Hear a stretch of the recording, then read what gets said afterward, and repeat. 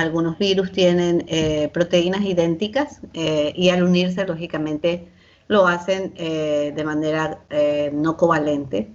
La función en todo caso de las proteínas de cápside es también ayudar a la liberación, esa estructura no covalente. La función de esta es la liberación del genoma una vez que entra a la célula. La estructura de cápside ya hemos dicho en varias ocasiones que no se mantiene unida por siempre y que la partícula viral puede desensamblarse con una estructura no covalente y metaestable al inicio y luego pierde la estabilidad durante el inicio de una infección. Entonces, vamos a hablar, por ejemplo, de la estructura proteica que tiene la cápside. La subunidad proteica que tiene la cápside son los protómeros. Estos protómeros son los...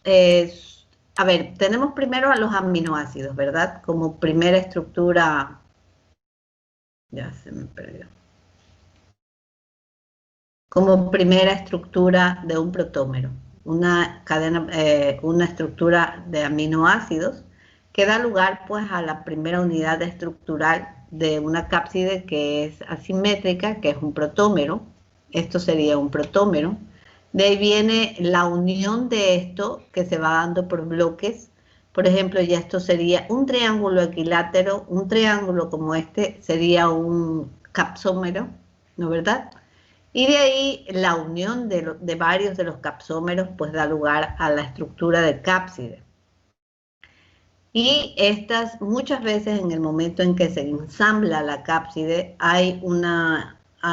puede haber algún contacto con el genoma viral y entonces ahí viene la nucleocápside. Y cuando hablamos de la envoltura que se da normalmente en los virus envueltos, no en todos los virus, sino virus envueltos, que hablamos de una bicapa lipídica derivada de la célula huevo.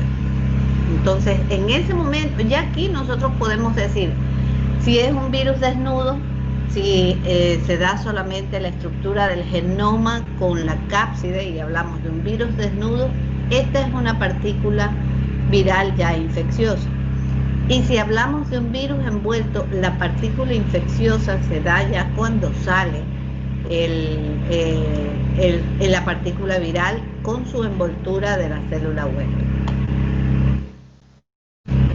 Y bueno, la medición de los virus se va a dar en nanómetros, que por ejemplo la estructura de las alfa hélices de un genoma viral, este tiene varias alfa hélices, van a tener un tamaño de 1 nanómetro versus el tamaño de un alfa hélice de un ADN celular, que va a ser, por ejemplo, de 2 nanómetros. Y aquí tenemos, por ejemplo, un ribosoma que mide alrededor de 20 nanómetros, que es muy parecido al tamaño de un poliovirus, que tiene un diámetro de 30 nanómetros versus el mimivirus que mide 750 nanómetros.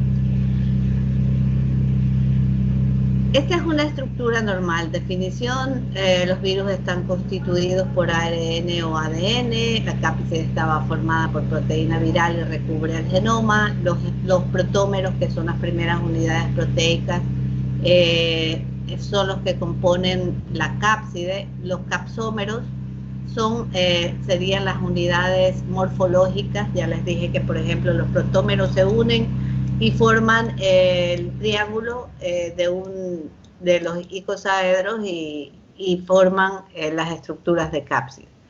La nucleocápside es la estructura formada tanto por el genoma como la cápside, y la envoltura es de una membrana lipoproteica que recubre a la nucleocápside. Y se considera que un virión es una partícula completa, ya formada, cerrada, completa, que es infecciosa. Ahora vamos a hablar un poco de la que sería el primer tema que nosotros tenemos de microscopía viral, ¿no, verdad? De visualización de virus en todo caso. Entonces, para visualizar los virus, que ya saben ustedes que no se hace no se hace por un microscopio óptico, vamos a tener varios equipos que se usan y cada uno tiene una función, una forma de visualizar los virus diferente.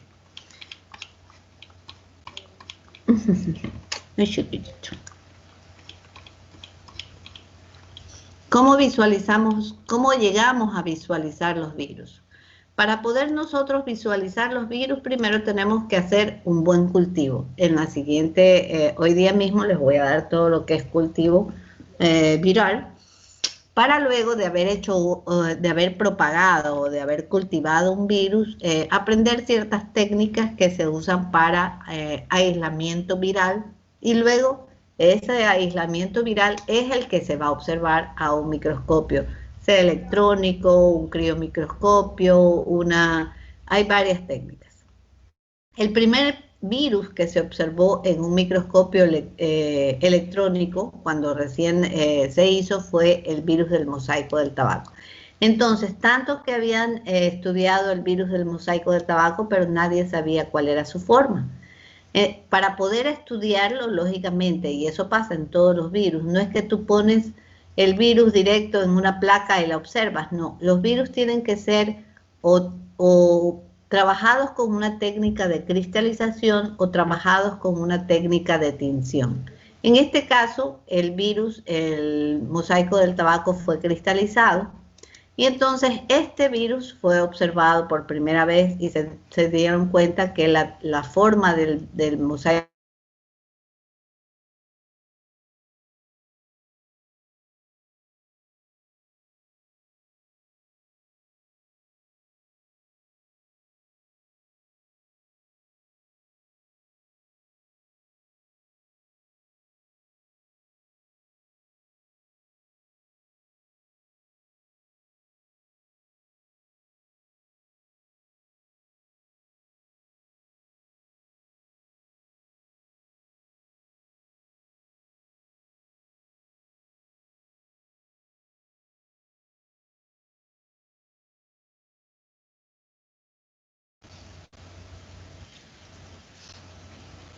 Lo siento, chicos, pero la señal aquí sí que está malísima. Toda la mañana pasada, sí.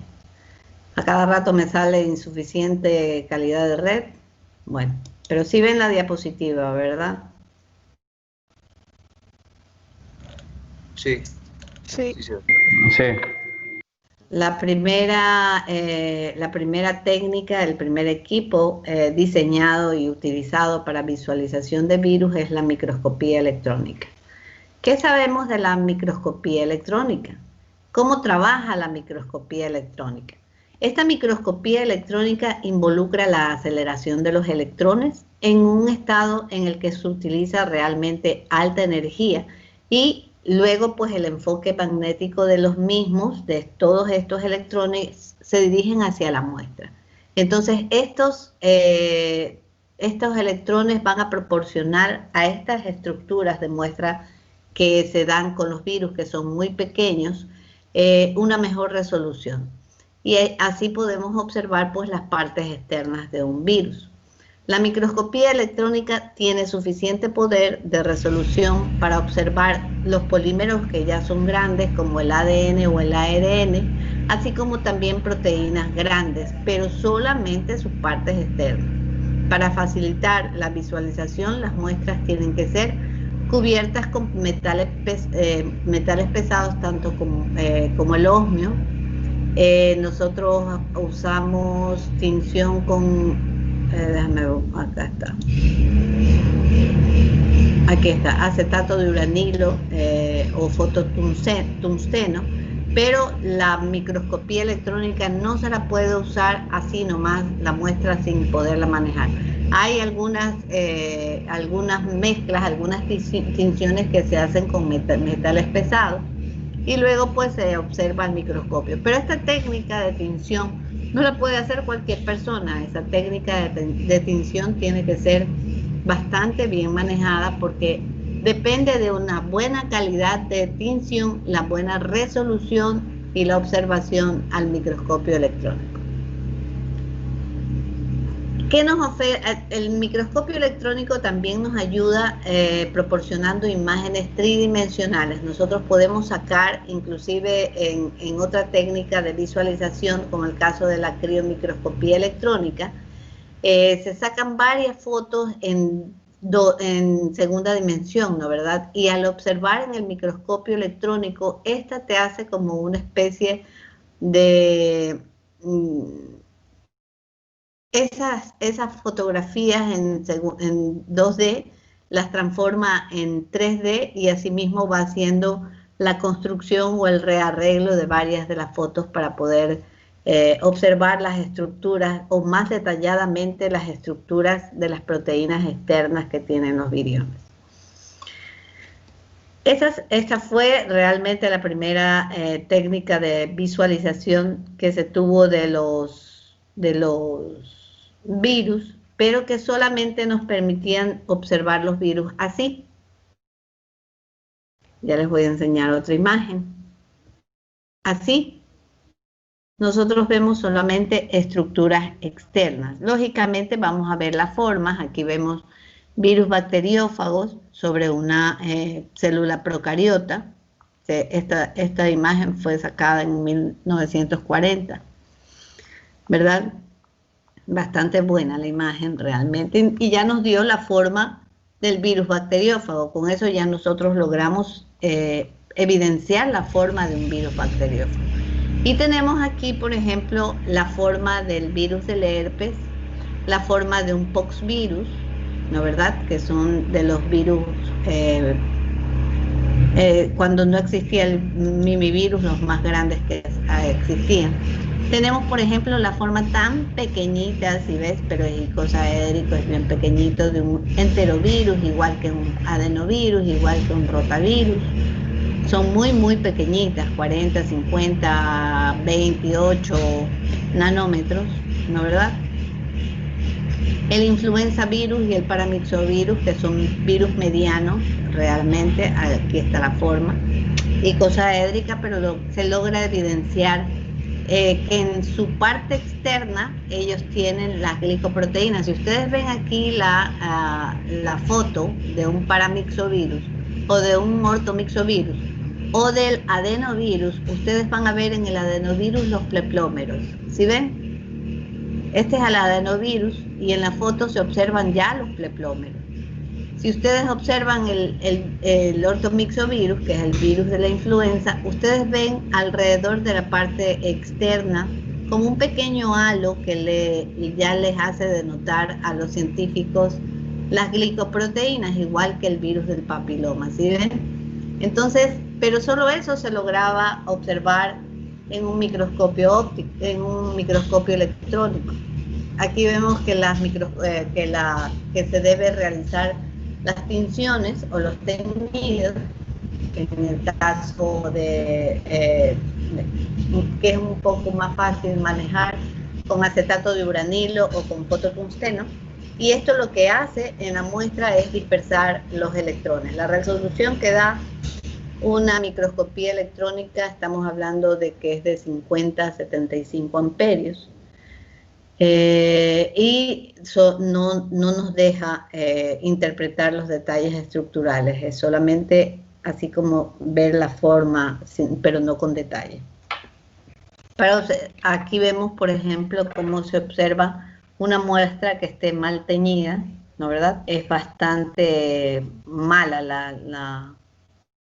la visualización de una muestra que está mal teñida, y aquí vemos pues una muestra que está bien teñida. ¿Ven? Entonces por eso hay que manejar muy bien las técnicas de tinción. Aquí tenemos por ejemplo la técnica de criomicroscopía electrónica. Esto también se visualiza a un microscopio electrónico. El amperaje que te va a dar, en este caso el microscopio electrónico, es de 3.3 a 20 amperios, pero se hacen en cada al obtener la muestra, que vamos a ver cómo se prepara, aquí vemos, por ejemplo, una muestra que está diluida, todas las muestras de virus se van a tener que diluir para poder ver partes de las proteínas.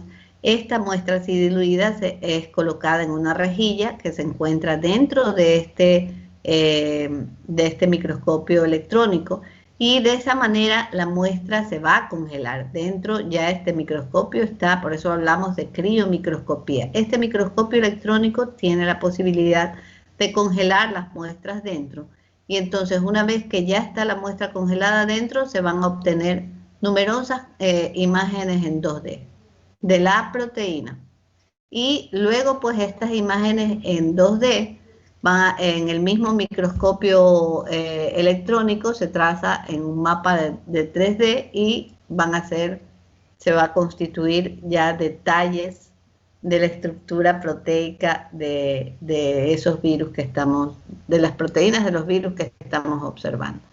Pero en todo caso, es en base a estas fotografías que sacan en el criomicroscopio electrónico, y luego pues se van estructurando las mismas fotografías en 3D, y hay una especie de fusión, ¿no verdad?, que se conoce como transformada inversa de Fourier, y es lo que va a dar la reconstrucción tridimensional del virus, y luego se observa nuevamente al microscopio. ¿Me hice entender?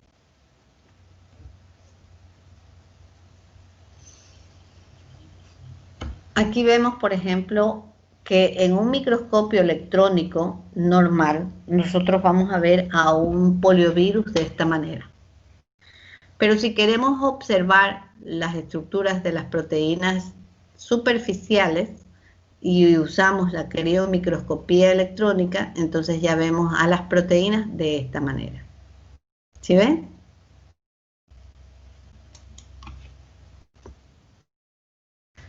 Cristalografía de rayos X. Realmente la cristalografía de rayos X se basa mucho en, como su nombre mismo lo indica, en haces de luz provenientes de los rayos X, pero también la muestra tiene que ser sometida a cristalización, y luego esta muestra va a ir como una especie de cámara, y va a ser esta ubicada la cámara, de tal manera que atraviese a la cámara en varias facetas los rayos X, ¿no? Y luego estos son reflejados y van a obtener varias imágenes en un plato, ¿no verdad? Y estas imágenes van a ser reorganizadas así mismo como las estructuras anteriores, hasta poder hacer una estructura completa de proteína. Aquí vamos a ver varias imágenes. Estas imágenes luego se tienen que reestructurar en varias fases, y vamos a conseguir estructurar en todo caso una proteína. Déjame ver si encuentro algo más de la cristalografía de rayos X.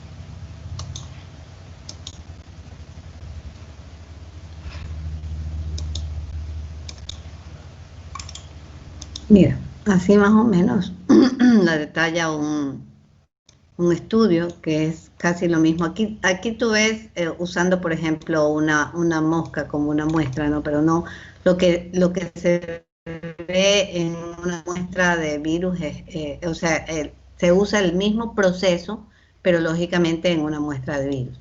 Aquí vamos a ver el sistema de lentes, que es lo que dispersa los rayos utilizados. Y ese sistema de lentes lo único que va a hacer es que va a ampliar la muestra en el plato y luego se estructura pues usando un computador para hacer otras dimensiones. A ver si encuentro. Moléculas aisladas.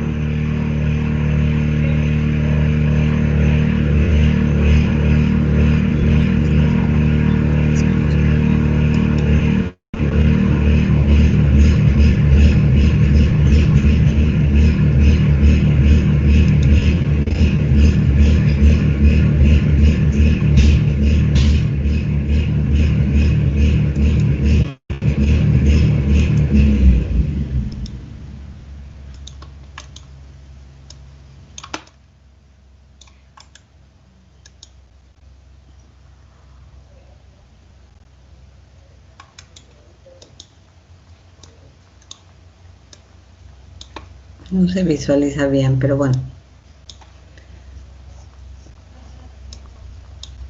Mira, aquí está la muestra, ¿no es verdad? La muestra en cristales, ¿ya?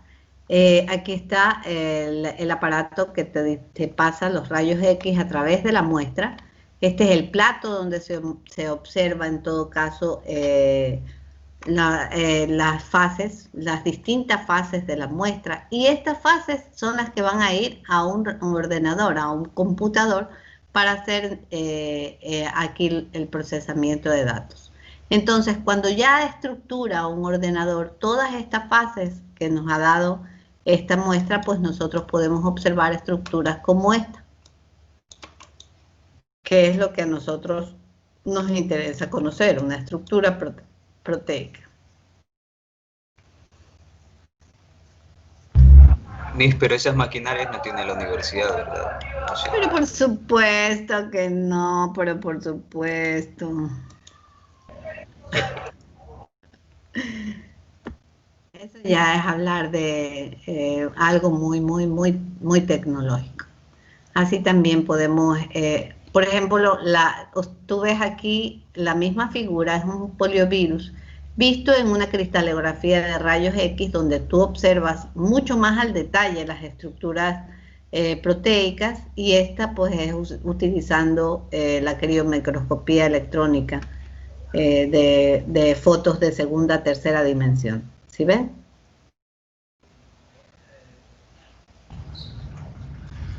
Bien, y después de eso, pues nosotros tenemos varias técnicas más que son un poco más,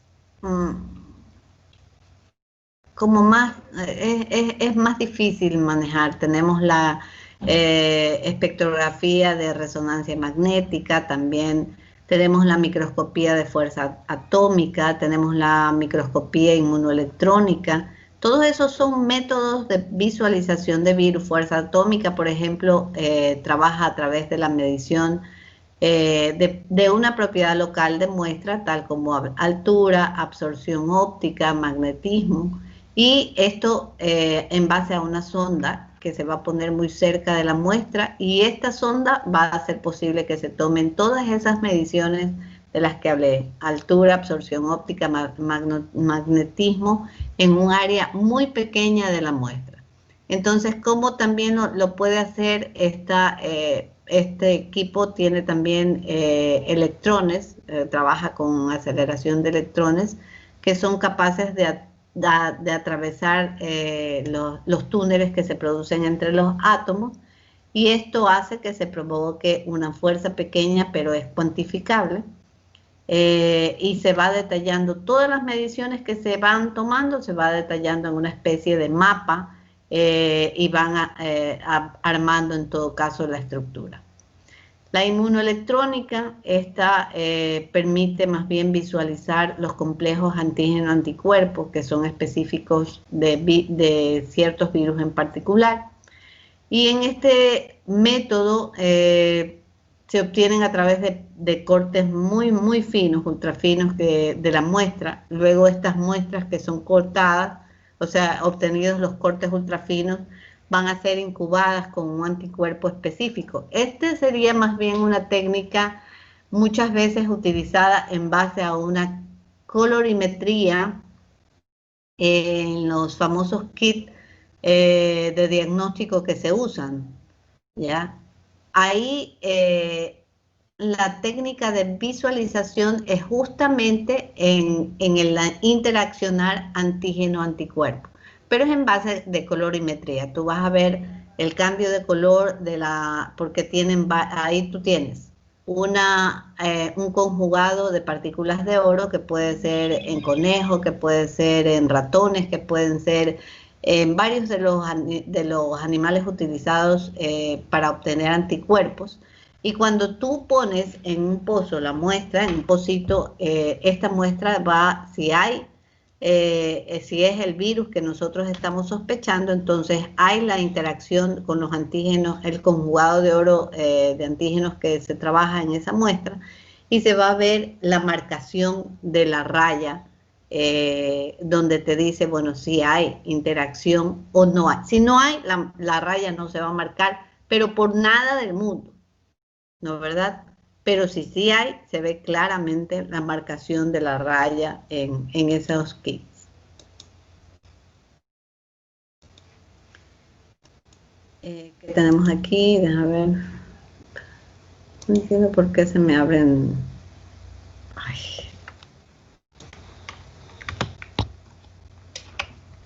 Bien, para nosotros conocer cómo se realizan las construcciones de virus, de las cápsides virales realmente son construcciones cuya clave es la simetría que tienen estas construcciones.